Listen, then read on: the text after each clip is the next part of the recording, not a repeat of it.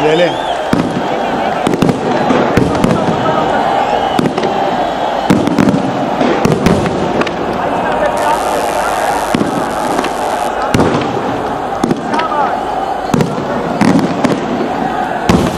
बात सुनो,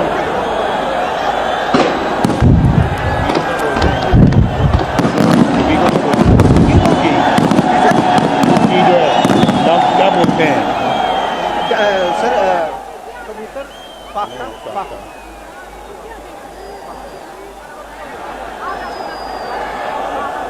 बिस्मिल्लाहिर्रहमानिर्रहीम।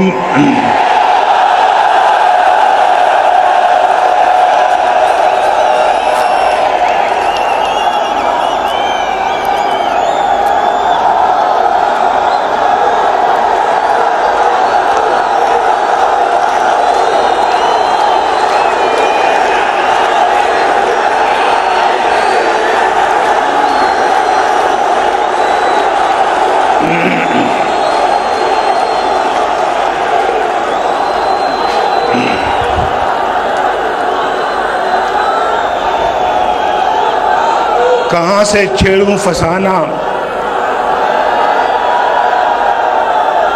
कहाँ से छेड़ूं फसाना,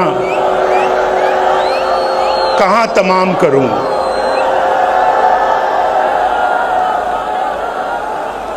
वो मेरी तरफ देखें तो मैं सलाम करूं।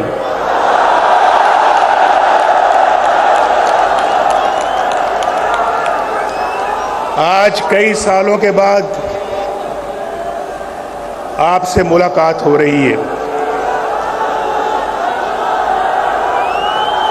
बहुत सालों के बाद आज मुलाकात हो रही है।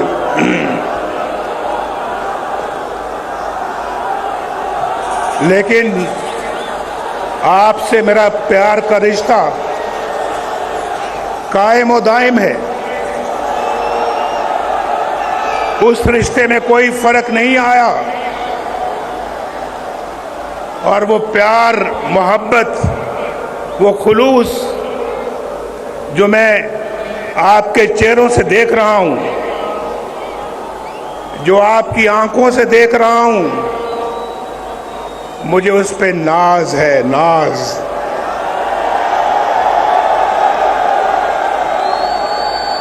ये मेरा और आपका रिश्ता कई दहाइयों से चल रहा है और ना आपने कभी मुझे धोखा दिया, ना नवाज शरीफ ने कभी आपको धोखा दिया। जब भी मौका मिला बड़े खुलूस के साथ आपकी खिदमत की। जब भी मौका मिला दिन रात एक करके पाकिस्तान के अवाम के मसाइल हल किए और जब भी मौका मिला किसी कुर्बानी से दरेग नहीं किया। जेलों में मुझे डाला गया, मुल्क बदर मुझे किया, जाली केसेस मेरे खिलाफ बनाए गए, शहबाज शरीफ के खिलाफ बनाए गए, मरियम के खिलाफ बनाए गए। ये पूरी लाइन है, ये पूरी लाइन है, सब लोगों के खिलाफ बनाए गए। लेकिन मुस्लिम लीग का झंडा किसी ने अपने हाथ से नहीं छोड़ा।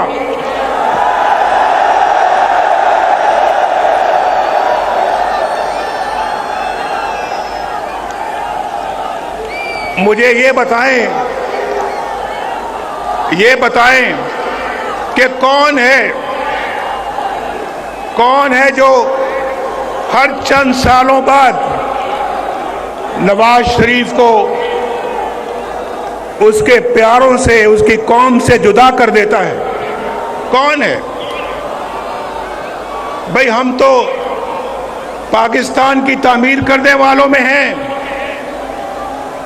हमने तो पाकिस्तान के लिए एटम बम बनाया अल्लाह के फजल करम से। हमने एटमी ताकत से महरूम नहीं किया। हमने तो पाकिस्तान को एटमी ताकत बनाया अपने रब के फजलो करम से, और हमने लोड शेडिंग खत्म की, लोड शेडिंग शुरू नहीं की। लोड शेडिंग 2013 में अरूज पर थी। आपके घरों में बिजली नहीं आती थी, 18 घंटे लोड शेडिंग होती थी। याद है या नहीं याद है? किसने खत्म किया लोड शेडिंग को? एक अजाब था, अजाब, और हमने उसको खत्म किया। बिजली मैंने तो महंगी नहीं की, बिजली नवाज शरीफ ने महंगी नहीं की, नवाज शरीफ ने सस्ती की। नवाज शरीफ ने बिजली बनाई अल्लाह के फजलो करम से, और उसको सस्ते दामों आवाम तक पहुंचाया। ये है वो, मैं बिल साथ लेके आया हूं।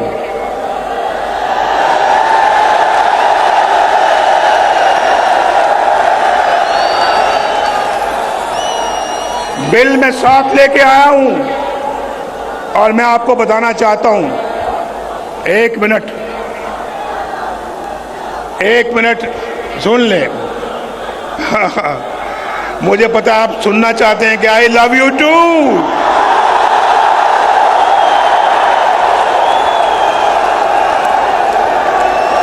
आप भी मुझसे मोहब्बत करते हैं, मैं भी इतनी मोहब्बत करता हूं आपसे।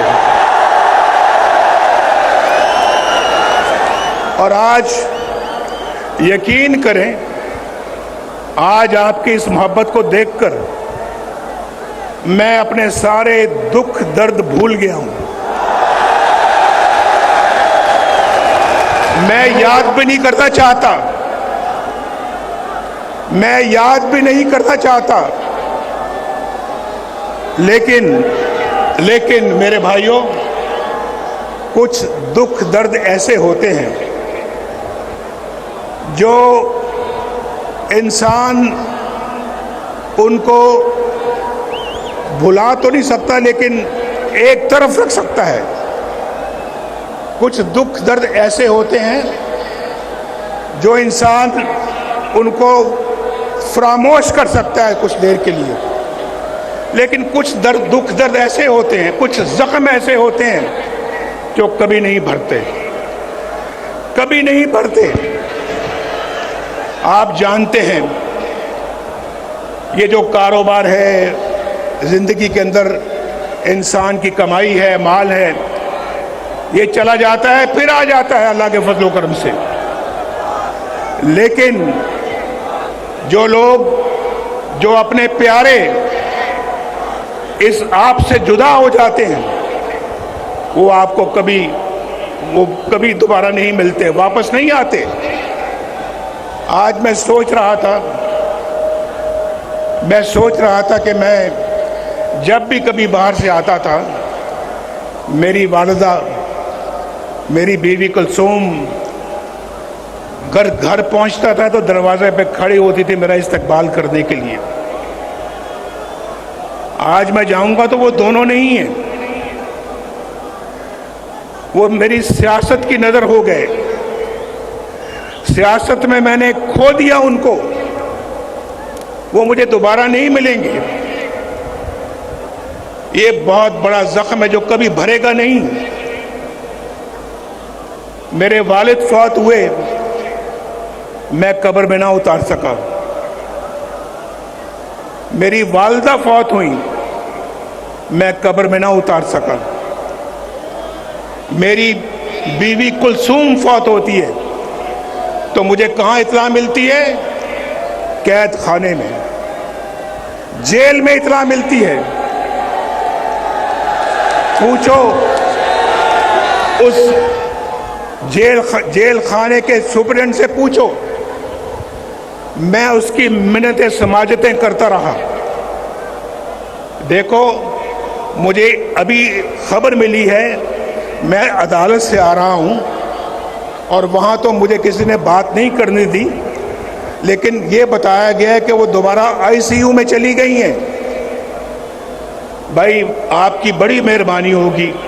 ये मैं जेल के अंदर की बात कर रहा हूं, अडयाला जेल। वो सुपरेंट भी है, शायद वो आज जलसा देख रहा होगा, मेरी गुफ्तगू सुन रहा होगा। मैंने उसको कहा, मैंने कहा मेरी बात करा दो, लंदन में मेरी बात करा दो, मेरे बेटे से बात करा दो, मेरे छोटे बेटे से बात करा दो। मैं पूछना चाहता हूं तो किस हाल में है। मेरी बात उसने नहीं कराई। मैंने कहा देखो तुम्हारे मेज के ऊपर 2-2 फोन पड़े हैं, ये 2 मोबाइल पड़े हैं, ये 2 लैंडलाइन पड़ी है। यार तुम एक छोटी सी कॉल मिला के मेरी बात करा सकते हो, करा दो। कहने लगा हमें इजाजत नहीं है। मैंने कहा तुम्हें इसके लिए किससे इजाजत लेने की जरूरत है, तुम्हें किससे इजाजत दरकार है।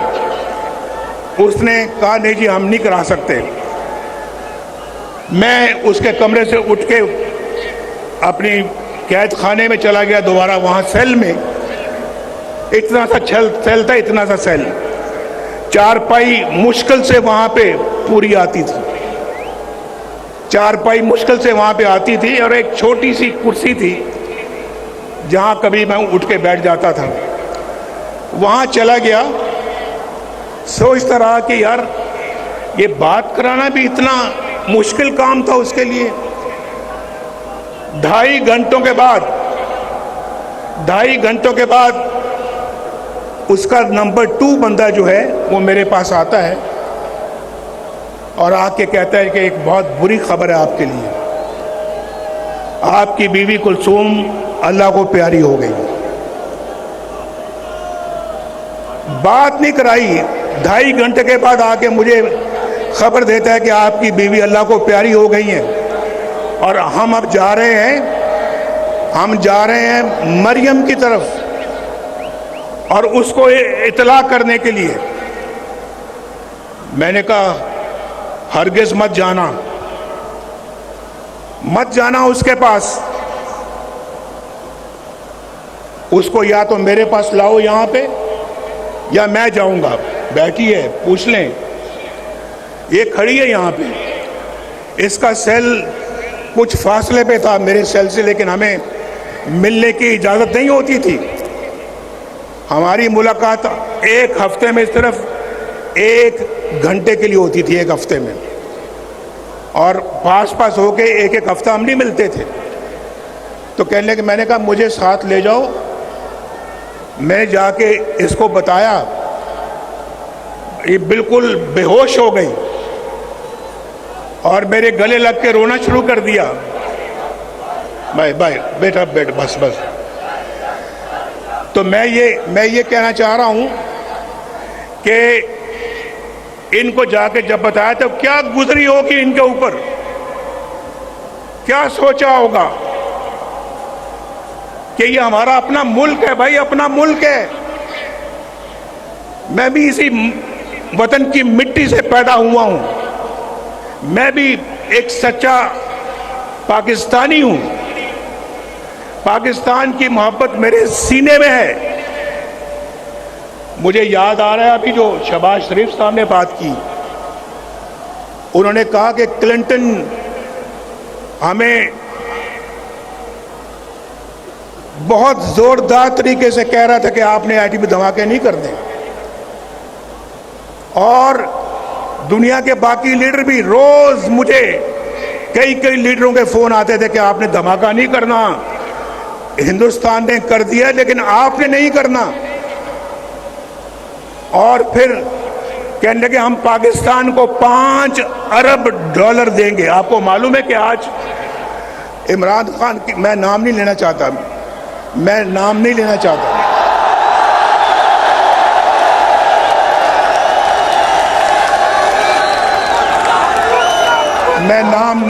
चाहता, मैं वो फर्क मैं मलूज़े खातर रखना चाहता हूं जो मेरी ग्रूमिंग, मेरी ट्रेनिंग मुझे सिखाती है। मैं ऐसे माहौल में नहीं पला कि मैं गंदी बातों में टिट फॉर टैट करूं, और मैं ईंट का जवाब पत्थर से दूं। मैं ऐसा नहीं करता। ये मुल्क बचा लो अल्लाह के फजल से, अल्लाह के करम से, मुश्किल से निकालो, मुश्किल से निकालो, ये मुल्क बचा लो। शहबाज साहब ने कहा क्लिंटन 5 अरब डॉलर की पेशकश की मुझे। ये रिकॉर्ड की बात है। शायद हमारे वजारत खारजा में, फॉरेन ऑफिस में इसका रिकॉर्ड मौजूद होगा, निकलवा के देख लें।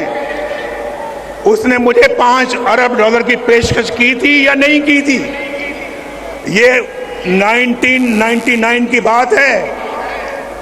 आज 23-24 साल हो चुके हैं इसको। 5 अरब, आज तो 1-1 अरब डॉलर पिछली हुकूमत के लोग मांग रहे थे ना। 1-1 अरब डॉलर की भीख मांगते थे उस वक्त। 5 अरब डॉलर और मुझे कह रहा था कि पाकिस्तान के लिए देना चाहते हैं। शायद कोई, अगर मैं खुद लेने वाला होता तो 1-2 अरब मुझे भी मिल जाते। वो मुझे भी 1-2 अरब कहता कि आप भी ले लें, धमाके ना करें।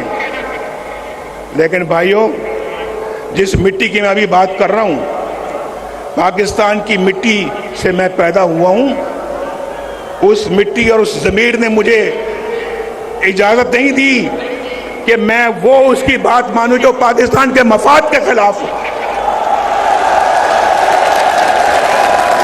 दुनिया का ताकतवर तरीन सदर मुझे कह रहा है कि धमाके ना करना। हमने धमाके किए और इंडिया का जवाब ठीक ठाक तरीके से दिया हमने एटमी धमाकों का। आप मुझे बताएं, मेरी जगह कोई और होता, आप जानते हैं कि कौन होता।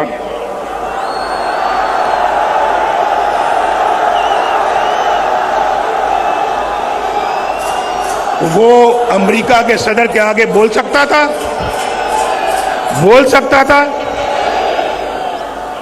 तो क्या इसी बात की पर हमें सजा मिलती है? इसी बात के लिए हमारी हुकूमतें तोड़ दी जाती हैं, हमारे खिलाफ फैसले सुनाए जाते हैं। मेरे ज़माने में रोटी 4 रुपए की थी, आज कितने रुपए की है बताओ? आज तो पूरे पाकिस्तान से आप सब लोग आए हुए हो। कोई क्वेटा से आया है, कोई चागी से आया है, कोई सिंध से आया है, कोई सूबा केपी से आया है, खैबर से, कोई पंजाब के दूर दराज इलाके से आया है और कोई गिलगित बल्तिस्तान से आया है। ये देखा, बोल पड़े हैं, बोल रहे हैं बीच में। और कोई आज़ाद कश्मीर से आया है। ये आज़ाद कश्मीर के झंडे भी मैं देख रहा हूं। आप सबको मेरा खसूसी सलाम है, सलाम। वहां रोटी का क्या रेट है बताओ? रोटी कितने की मिलती है?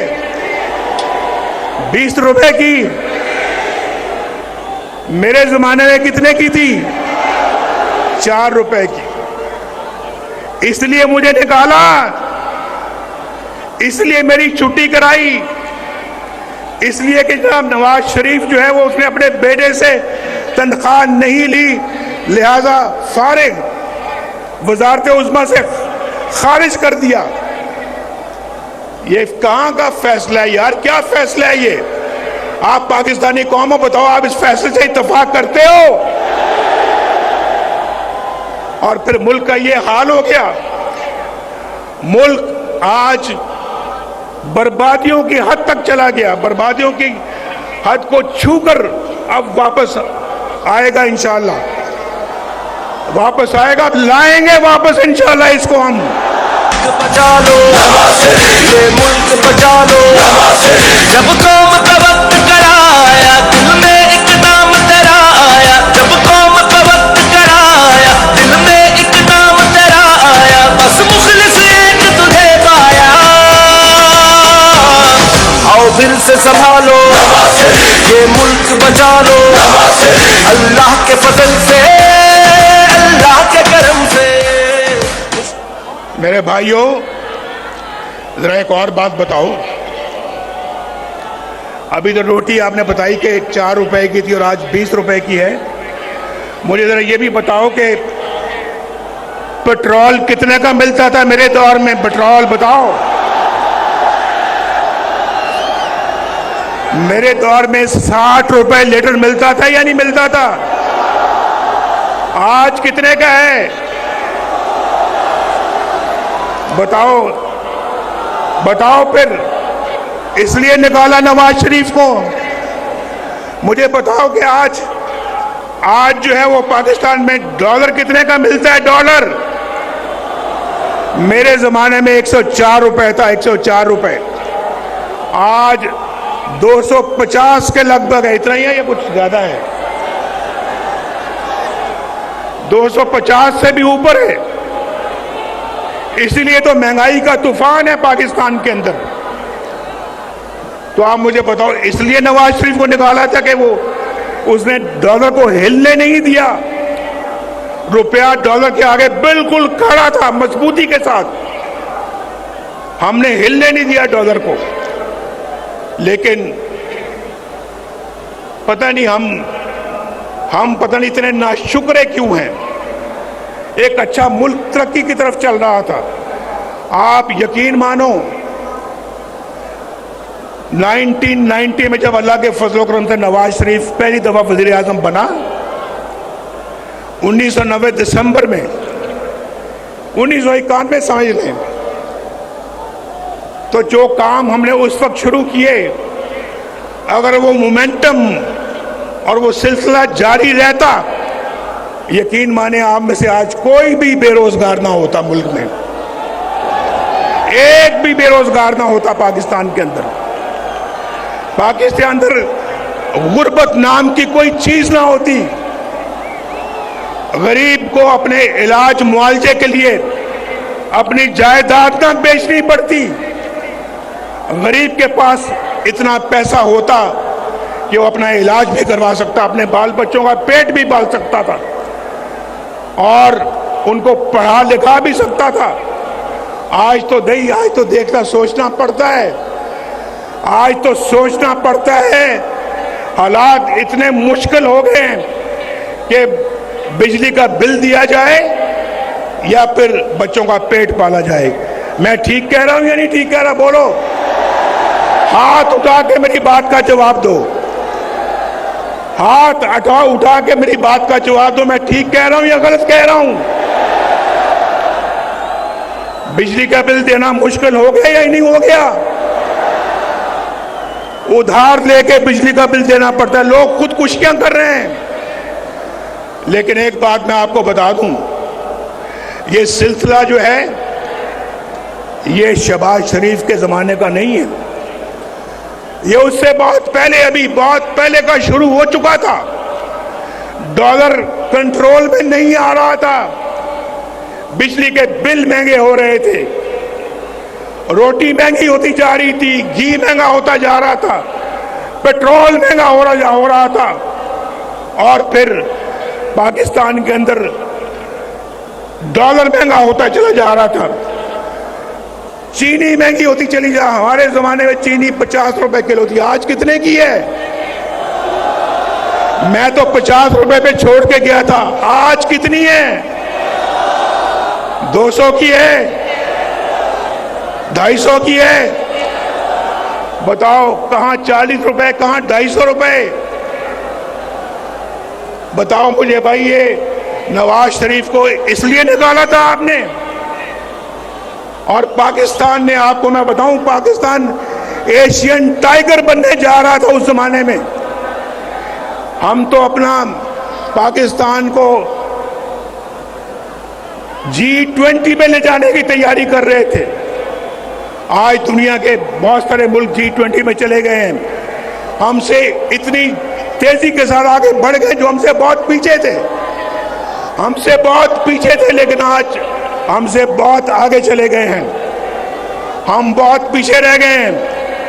हमने ना सिर्फ उनको पकड़ना है बल्कि उनसे भी आगे जाना है। ये मुल्क बचा लो, जब कौम का वक्त कराया, दिल में एक नाम तेरा आया, जब कौम का वक्त कराया, दिल में एक नाम तेरा आया, बस मुखलिस एक तुझे पाया।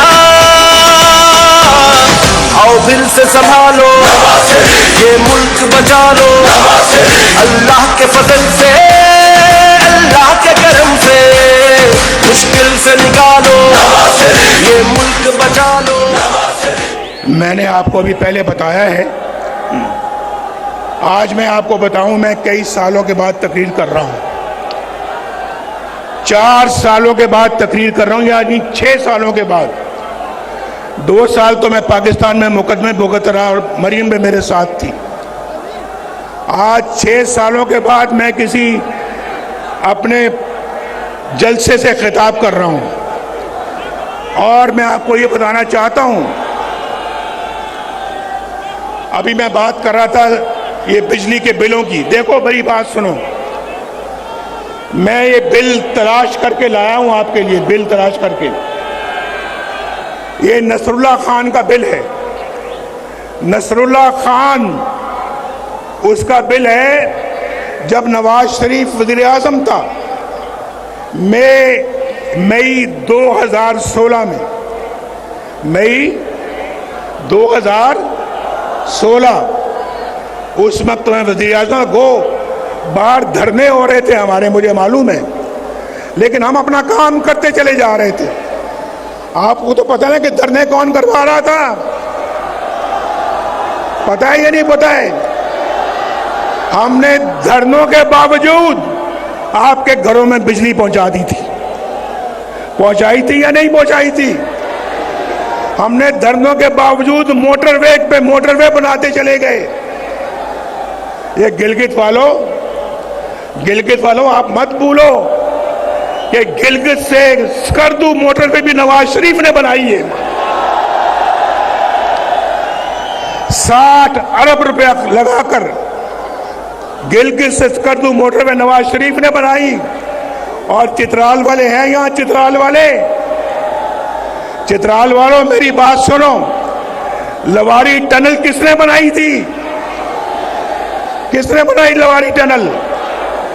वो भी अल्लाह के फजल करम से हमने बनाई ना। हमारा काम देखो, उसके बाद गवादर से कोयटा किसने मोटरवे बनाई?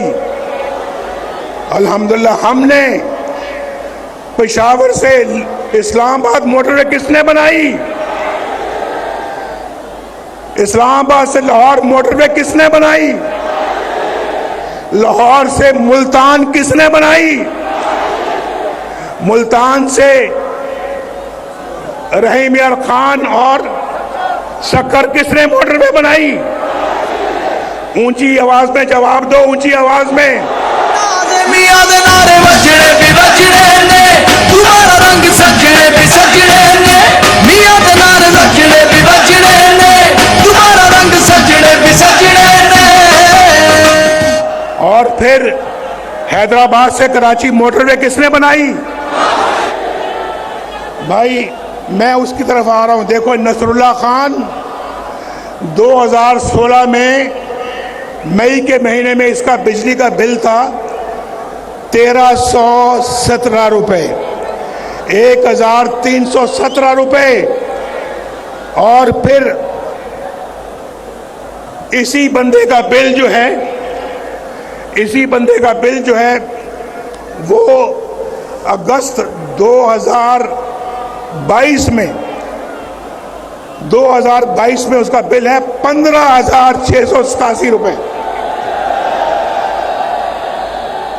तो बिजली महंगी शहबाज शरीफ ने की थी,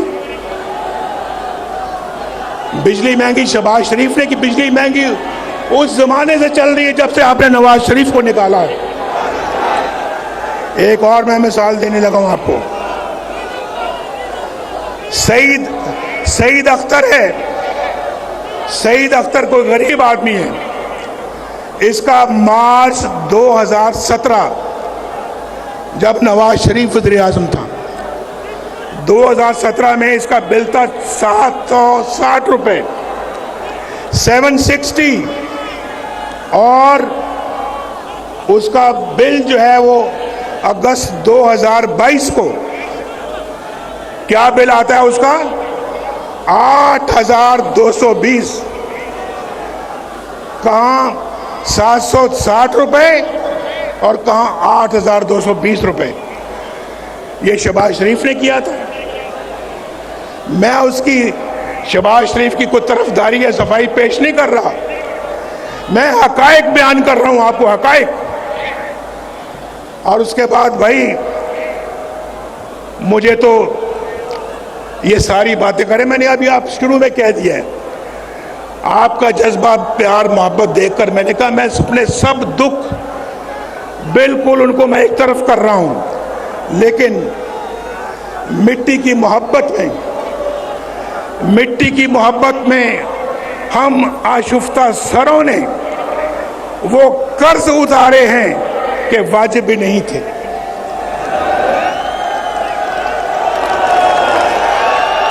और गालिब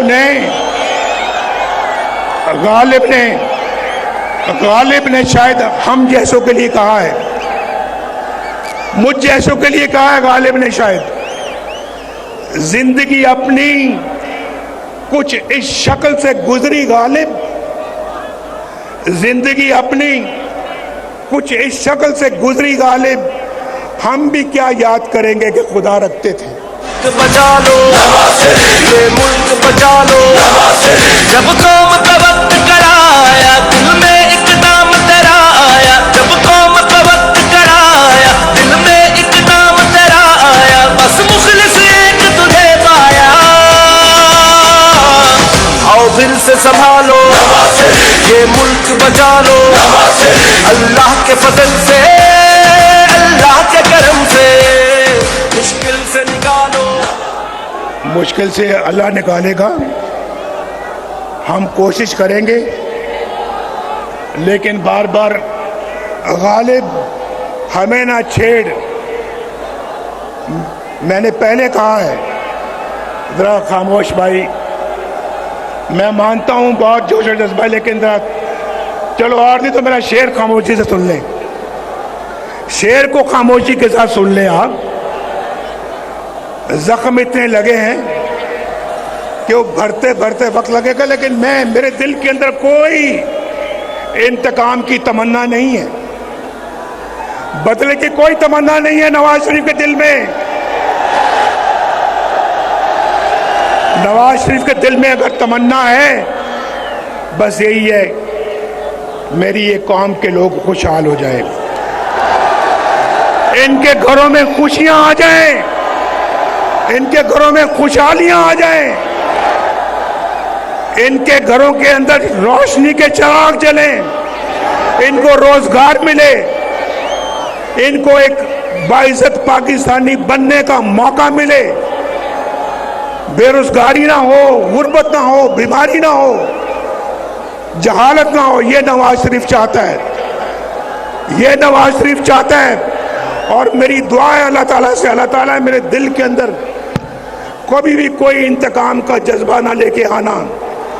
मैं इस कौम की खिदमत करना चाहता हूं, मैंने पहले भी की है। अल्लाह पाकिस्तान मुस्लिम लीग को और भी ताकत और तौफीक दे, ये खिदमत का सफर जारी रख सके।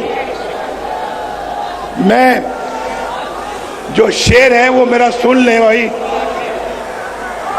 गालिब हमें ना छेड़ कि फिर जोश अश्क से, गौर से सुनो और समझो, गालिब हमें ना छेड़ कि फिर जोश अश्क से बैठे हैं हम तहैया तूफान किए हुए। हमें ना छेड़ो, जख्मों को ना छेड़ो हमारे, वरना हमारे इतने आंसू निकलेंगे कि तूफान आ जाएगा।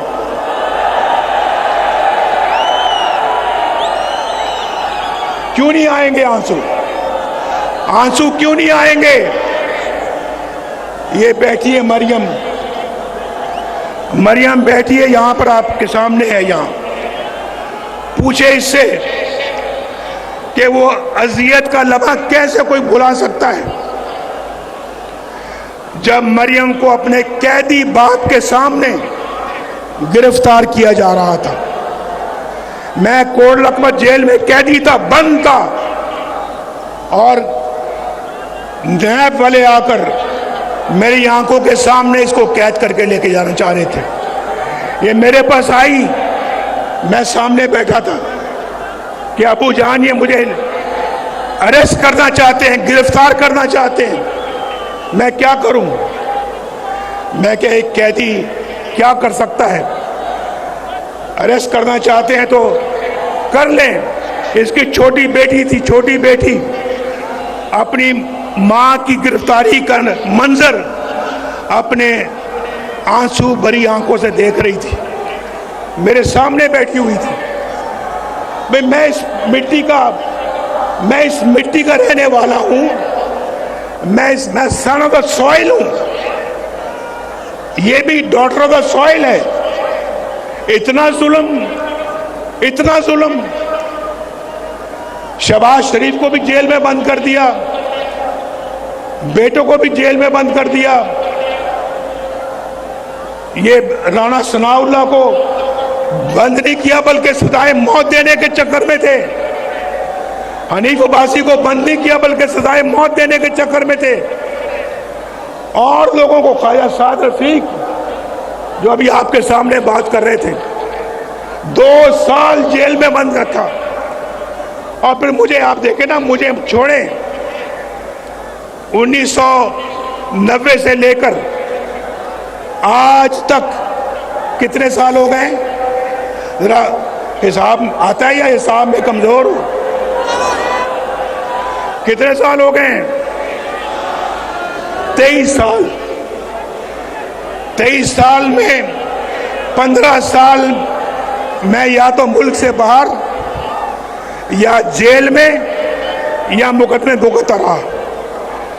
अगर ये 23 साल मैंने पाकिस्तान को दिए होते, आज अल्लाह के फजल करम से पाकिस्तान एक जन्नत बना होता, जन्नत। हम फिर जन्नत बनाएंगे इसको इंशाअल्लाह। ये मुल्क बचा लो, जब कौम का वक्त कराया, दिल में एक नाम तेरा आया। जब कौम का वक्त कराया, दिल में एक नाम तेरा आया। बस मुखलिस एक तुझे पाया,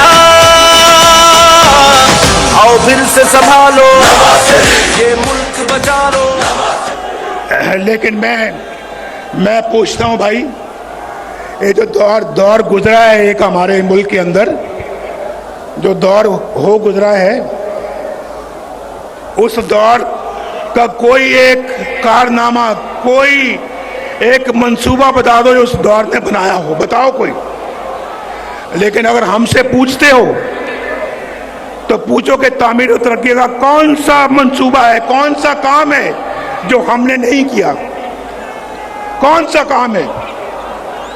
हमसे पूछते हैं हमारा बयानिया क्या है। हमारा बयानिया पूछना है तो फिर ऑरेंज लाइन से पूछो जो शहबाज शरीफ ने बनाई यहां पे।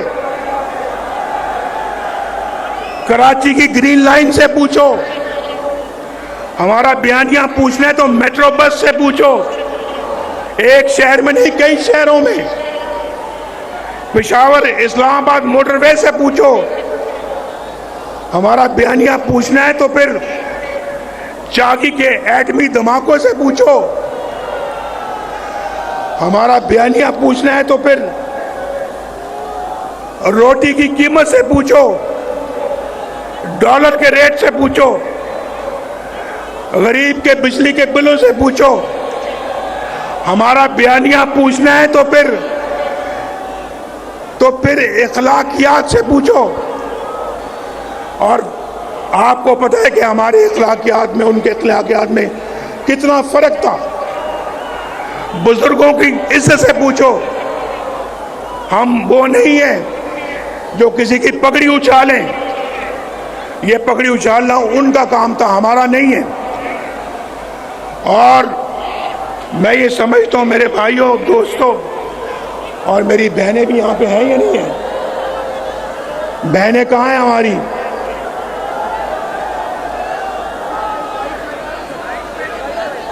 देखें हमारी बहनें कितने आराम से जलसा सुन रही हैं, कितने आराम से जलसा सुन रही हैं। कोई ढोल की थाप पे नाच गाना यहां नहीं हो रहा।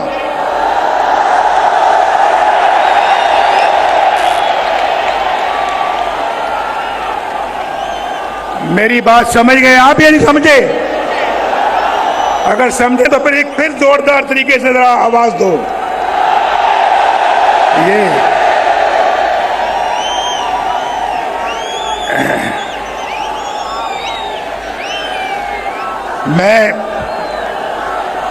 मैं समझता हूं कि पाकिस्तान के अवाम को जो दरपेश मसाइल हैं, क्योंकि अब कोताही की कोई गुंजाइश नहीं है, गुंजाइश नहीं है कोताही की। पाकिस्तान के अवाम को जो दरपेश मसाइल हैं उनके असबाब पे गौर करें और आइन की रूह के मुताबिक मुत्तहिद होकर मुस्तकबिल का प्लान बनाएं। हमारे आइन पर अमल दरामद करने वाले रियासती इदारे, जमातें और रियासत के सतूनों को मिलकर काम करना होगा। मिलकर कौन मेरे साथ मिलकर काम करना होगा। आप भी दुनिया में एक मुनफरिद मकाम हासिल करना चाहते हो या नहीं? हाथ खड़ा करके बताओ। दुनिया में मकाम हासिल करना चाहते हो? फिर सबको मिलकर काम करना होगा, मिलकर। उसका वाहिद हल यही है। मैं आपको पिछले 40 साल का निचोड़ बता रहा हूं, निचोड़। इसके बगैर ये मुल्क आगे नहीं बढ़ सकता, ये मुल्क आगे नहीं बढ़ेगा। और फिर आइन पर अमल दरामद करने के लिए सबको इकट्ठा होना पड़ेगा। वो बुनियादी मर्ज दूर करना पड़ेगा जिसकी वजह से मुल्क हादसे का बार बार शिकार हो जाता है। हमें एक नए सफर के आगाज की जरूरत है। नया सफर हमने शुरू करना है। आज आप दूर दूर से आए हैं मेरे साथ, ये तय करें, आप तय करें कि हम एक नया सफर का आगाज करेंगे, पूरे जोशो खरोश के साथ करेंगे। मैं 4 साल के बाद भी देखे मेरा जोशो खरोश मेरा ठंडा नहीं पड़ा, मेरा जज्बा मान नहीं पड़ा। मेरा जज्बा आज भी उतना ही जवान है जितना आपका जवान है। ये मुल्क बचा लो, जब कौम का वक्त कराया, दिल में एक नाम तेरा आया। जब कौम का वक्त कराया, दिल में एक नाम तेरा आया। बस मुखलिस एक तुझे पाया। आओ फिर से संभालो, ये मुल्क बचा लो। अल्लाह के फजल से, अल्लाह के करम से मुश्किल से निकालो। हमें सुने, हमें फैसला करना होगा। सुनो, अब मैं बहुत जरूरी बातें करने लगा हूं, बहुत जरूरी बात करने लगा हूं, तो गौर से सुनो। हमें फैसला करना होगा कि किस तरह हमने खोया हुआ मकाम हासिल करना है। हमें डबल स्पीड के साथ दौड़ना पड़ेगा। किस तरह से हमने हाथों में पकड़ा हुआ कशकोल तोड़ना होगा, हमेशा के लिए तोड़ना होगा। किस तरह से हमें अपने पांव पे खड़ा करना होगा, अपने पांव पे खड़ा होना होगा। किस तरह से अपनी कौमी गैरत और कौमी वकार को बुलंद करना होगा। किस तरह पाकिस्तान के अंदर बेरोजगारी का खात्मा करना होगा, गुर्बत का खात्मा करना होगा। किस तरह एक बावकार और फाल फॉरेन पॉलिसी बनानी होगी हमें। किस तरह अपने हमसायों के साथ और दुनिया के साथ अपने ताल्लुकात को उस्तवार करना होगा। हम अपना हमसायों के साथ लड़ाई करके दुनिया के साथ अच्छा ताल्लुक करके तरक्की नहीं कर सकते। हमें सबके साथ अच्छे ताल्लुकात कायम करना होंगे और कश्मीर के हल के लिए भी बहुत बावकार तदबीर के साथ आगे बढ़ना होगा, बड़े बावकार तरीके से आगे बढ़ना होगा, तदबीर के साथ बढ़ना होगा। अगर ईस्ट पाकिस्तान मशरकी पाकिस्तान मगरबी पाकिस्तान से अलहदा ना होता तो आज मगरबी पाकिस्तान और मशरकी पाकिस्तान के दरमियान एक इकोनॉमिक कॉरिडोर बन गया होता जिसको इंडिया भी राह देता और पाकिस्तान मिलकर बांग्लादेश के साथ, जो कि उस वक्त ईस्ट पाकिस्तान था, हम मिलकर तरक्की करते। हमने तो कहा ये कौन लोग हैं भाई मशरकी पाकिस्तान के रहने वाले, ये तो झूठ उगाते हैं, झूठ, और हमारे ऊपर बोझ है। हमने उस बोझ को उतार कर जमीन पे मारा और देख लें आज वही मशरकी पाकिस्तान तरक्की में आपसे आगे निकल गया है। आगे हम पीछे रह गए हैं, पीछे। ये हमें मंजूर नहीं है, ये मुस्लिम लीग नून को मंजूर नहीं है, ये नवाज शरीफ को मंजूर नहीं है, ये नवाज शरीफ के वोटरों को, सपोर्टरों को ये मंजूर नहीं है, ये पाकिस्तानी कौम को मंजूर नहीं है। हमने इस सूरत हाल से बाहर निकलना है और मैं समझता हूं किस तरह से अपने मामलात को हमने ठीक तरह चलाना है। मेरा दिल जख्मों से चूर जरूर है, दिल दर्द से भरा जरूर है, मगर आज मैं आपके साथ मिलकर अपने रब से दुआ कर रहा हूं। ऐ मेरे रब, मेरे दिल में रत्ती बराबर भी बदले की या इंतकाम की ख्वाहिश नहीं है। बस तू इस कौम की तकदीर बदल दे तकदीर।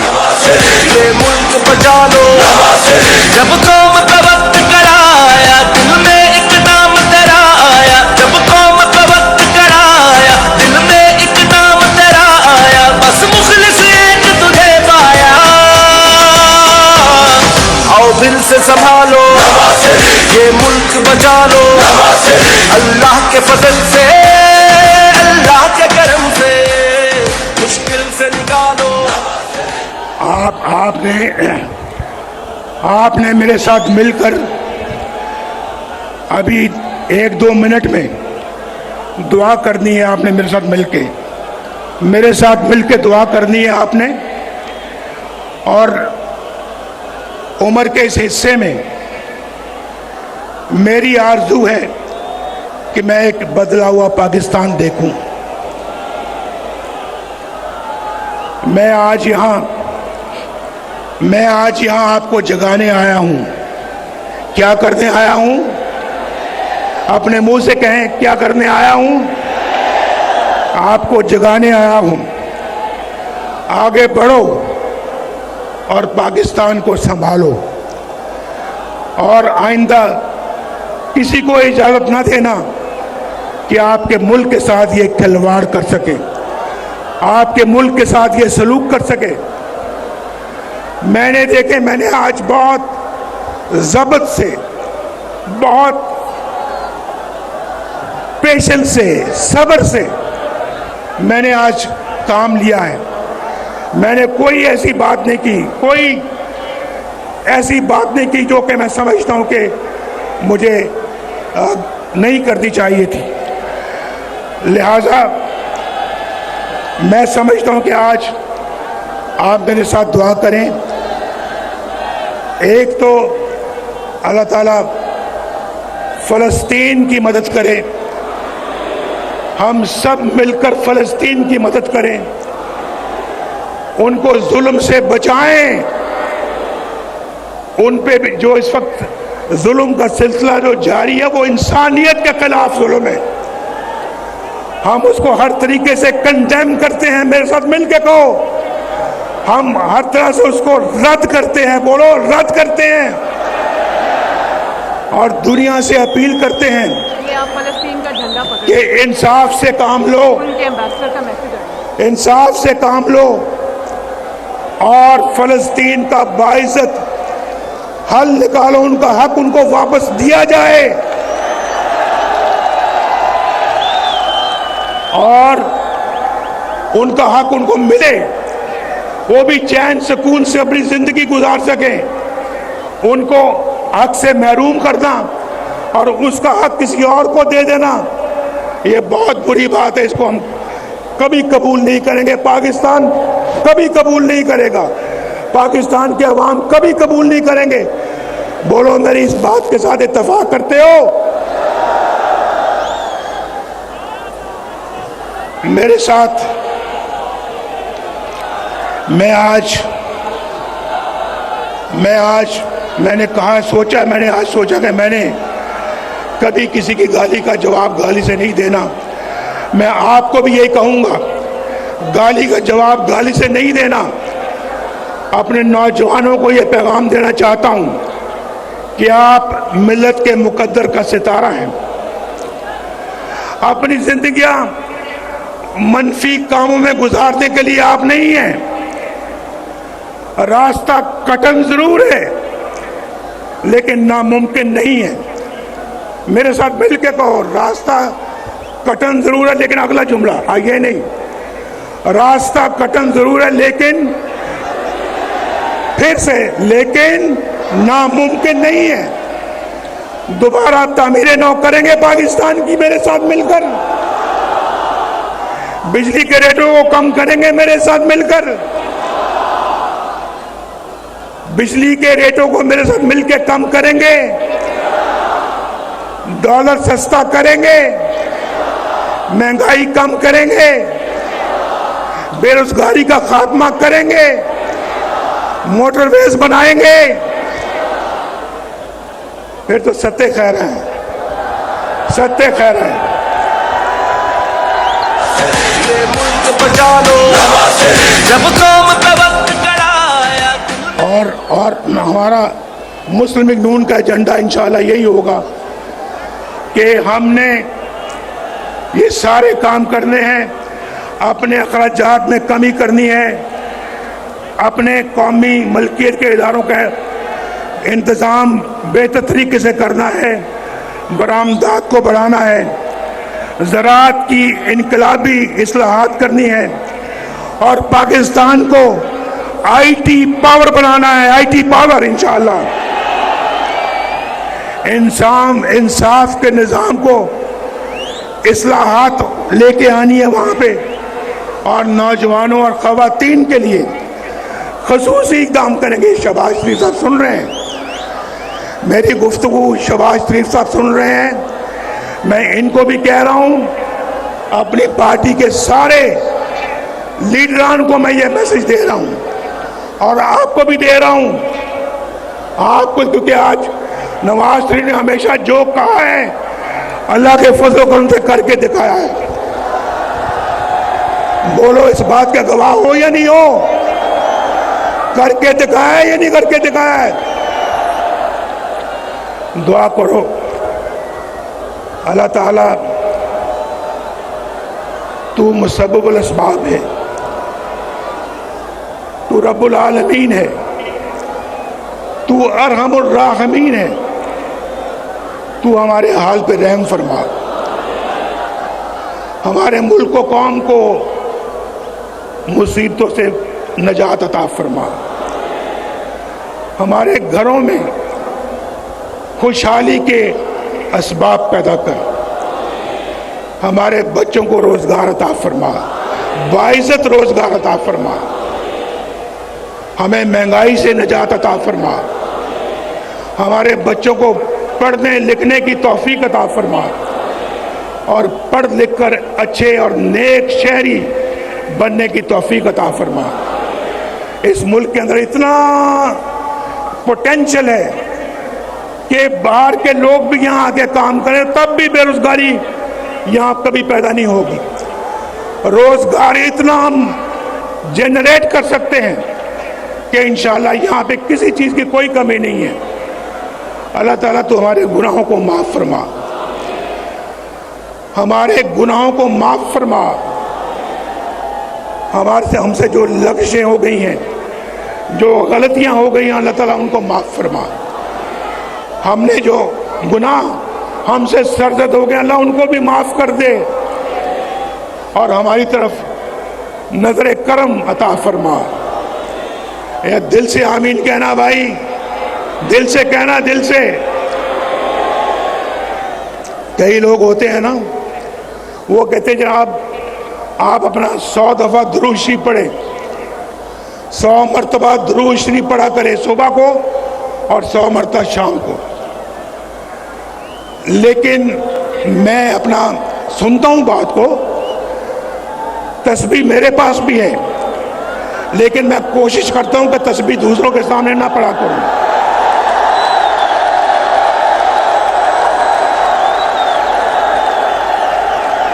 मेरे पास भी तस्बीह है, लेकिन तस्बीह मैं उस वक्त फेरता हूं जब मुझे कोई ना देख रहा हो।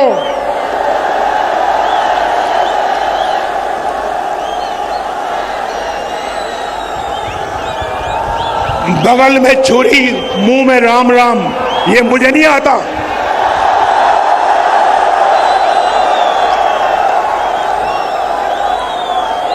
आप भी यही किया करो। तो मुझे को कहते हैं आप सुबह भी पढ़ें, शाम को भी पढ़ें 100 मरतबा दुरूद इब्राहिमी।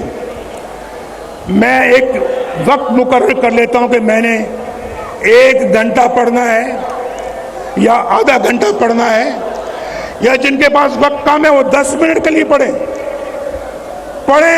खुशी व खुशू के साथ। अल्लाह से लौ लगा ले, पहले अल्लाह से लौ लगाएं, लौ लगा के फिर उसके बाद पढ़े, दुआ मांगे, अल्लाह आपको वो अता करेगा जो आप उससे मांगेंगे। कहते हैं नदामत का एक आंसू, नदामत शर्मिंदगी, नदामत का एक आंसू जिंदगी के सारे गुनाह धो देता है, जिंदगी के सारे गुनाह धो देता है एक आंसू। आप सुबह तहज्जुद के वक्त, फजर के वक्त आप एक आंसू बहाएं अल्लाह को याद करके, देखें किस तरह से अल्लाह आपकी तकदीर बदलता है। ये मेरा कहा हुआ आजमाएं, जब पढ़े तो खुशी व खुशू के साथ, पूरी तवज्जो के साथ। और 100 दफा नहीं पढ़ सकते तो आप 20 दफा पढ़ें, 10 दफा पढ़ें, 3 दफा पढ़ें, लेकिन पढ़ें खुशी व खुशू के साथ। वो 100 दफा, उस 100 दफा पढ़ने से कहीं बेहतर है जहां आपकी तवज्जो कहीं और है। पर आप अल्लाह का नाम रहे हैं और दिल में आपका ये है कि दिल के अंदर आपके खोट नहीं होना चाहिए। आज मेरी आपके साथ गुफ्तगू बहुत सालों बाद हुई है। अल्लाह ताला आप सबको, आपकी औलाद को, आपके बच्चों को, भाई बहनों को खैर और बरकत की ज़िंदगी अता फरमाए। अल्लाह ताला आप सब पे रहम फरमाए। अल्लाह ताला आप सबको इज्जत की रोज़ी अता फरमाए। अल्लाह ताला आपको एक बहुत अच्छा फर्ज शनास पाकिस्तानी बनाए। देखें मेरे दिल से ये दुआएं निकल रही हैं आपके लिए, और यही रिश्ता है मेरा आपके साथ, यही रिश्ता है। अल्लाह ताला आपका हामी व नासिर हो। पाकिस्तान शाबाश शाबाश।